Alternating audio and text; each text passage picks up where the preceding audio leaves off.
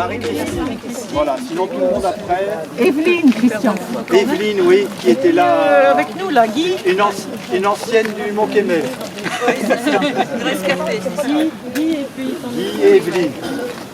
Voilà. Bon, donc, Guy et Marie-Christine. on va démarrer. Bienvenue, hein, donc ici à Brédune. Le menu de la journée, ben, on va d'abord marcher dans le cordon dunaire pour se rendre sur un blocos pour observer un peu la migration. Entre-temps, dans les dunes, on verra soit des mammifères, soit des insectes, soit des végétaux. On en parlera. Après, on se trouvera un petit endroit pour pique-niquer. Et puis après, on revient le long de la plage pour regarder un peu les laisses de mer, les coquillages, tout ce qui est intéressant à connaître. Peut-être aussi des oiseaux marins qu'on verra sur la mer. Enfin voilà un peu le menu. Hein. Alors ici, Brédune, pour vous expliquer un peu la situation, vous avez Dunkerque qui est là-bas à 7 km. Vous avez La Panne qui est là-bas à 3 km le long de la plage, évidemment. Hein. Brédune, c'est un petit patelin qui fait 4500 habitants à peu près, qui est né en 1883. Brédune, c'était un armateur, enfin c'est Bray, Alphonse Bray qui était un armateur de Dunkerque, qui était un monsieur social et qui a créé, si vous voulez, un hôpital pour les anciens marins, hein, que ce soit les pêcheurs ou les marins de la marine. On a des passants là qui passent encore, voilà. Donc il a créé cet hôpital et cette maison de soins, et finalement, c'est comme ça qu'est né Brédune en 1883. Avant, ça n'existait pas. Il n'y avait que Guyvelde qui est par là, hein. La dune de Guyvelde aussi. Hein. Et il n'y avait que Guyvelde, et puis à Brédune, il y avait des petites cabanes de pêcheurs, pas beaucoup plus, et c'est comme ça qu'après, Brédune a pris son envol, station balnéaire.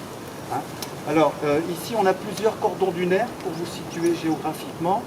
Du côté de La Panne, on a le Westhoek. Ensuite, dans le prolongement du Westhoek vers la France, vous avez la dune du Perroquet, on en parle souvent. Ensuite, la dune du Perroquet qui arrive jusqu'à Brédune.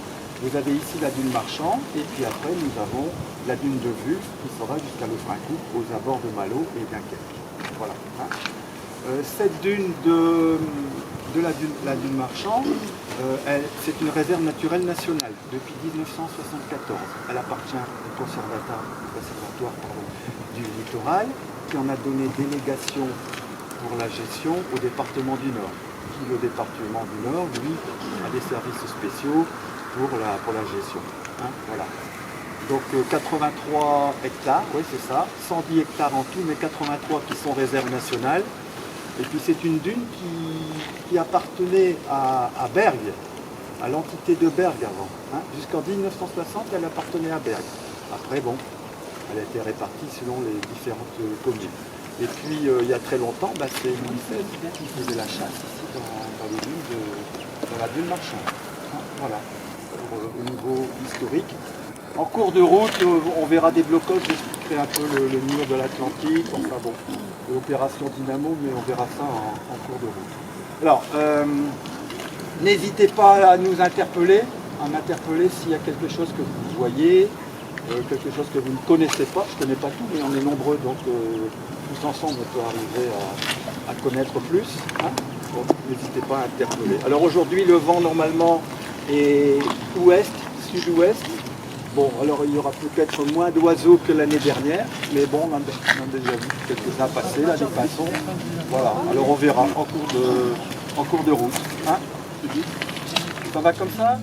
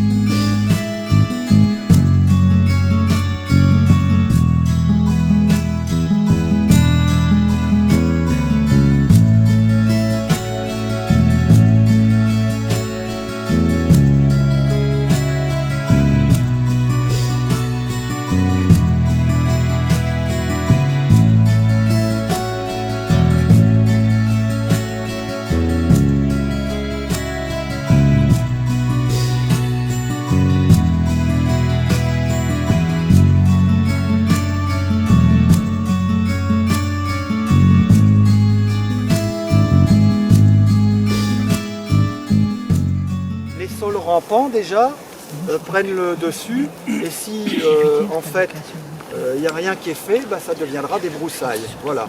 Donc vous avez différentes herbacées aussi. Hein. S'il y a quelqu'un qui peut me dire quelle est cette herbacée, je ne la connais pas. Ça m'arrangerait. J'arrive pas à l'identifier celle-là. Si quelqu'un le fait. Christine. C'est quoi Christine. C'est quoi, un arbre ou quoi? Non, c'est une herbacée. Enfin c'est un arbuste je crois. Mais je sais pas. J'ai cherché le nom. Une lamiacée. Hein? L'amiacée, oui, avec la tige carrée. Mais je sais pas. Je sais pas ce que c'est comme type de plante. Elle est rougeâtre en plus parce qu'elle arrive en fin de cycle. Peut-être avec un portable, on saurait peut-être l'identifier.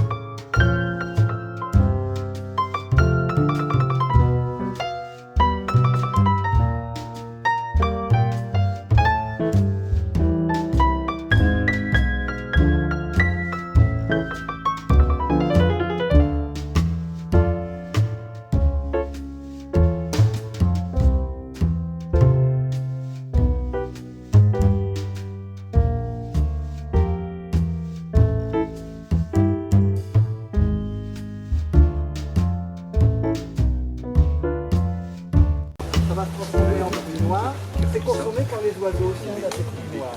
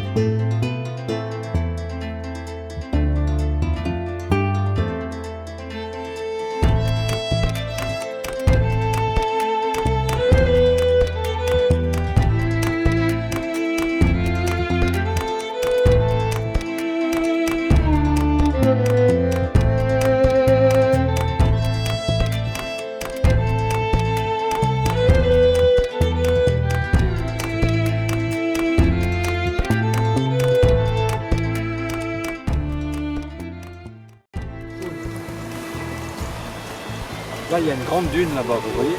Normalement, c'est là qu'on aurait dû aller pique-niquer. Ah, c'est extérieur.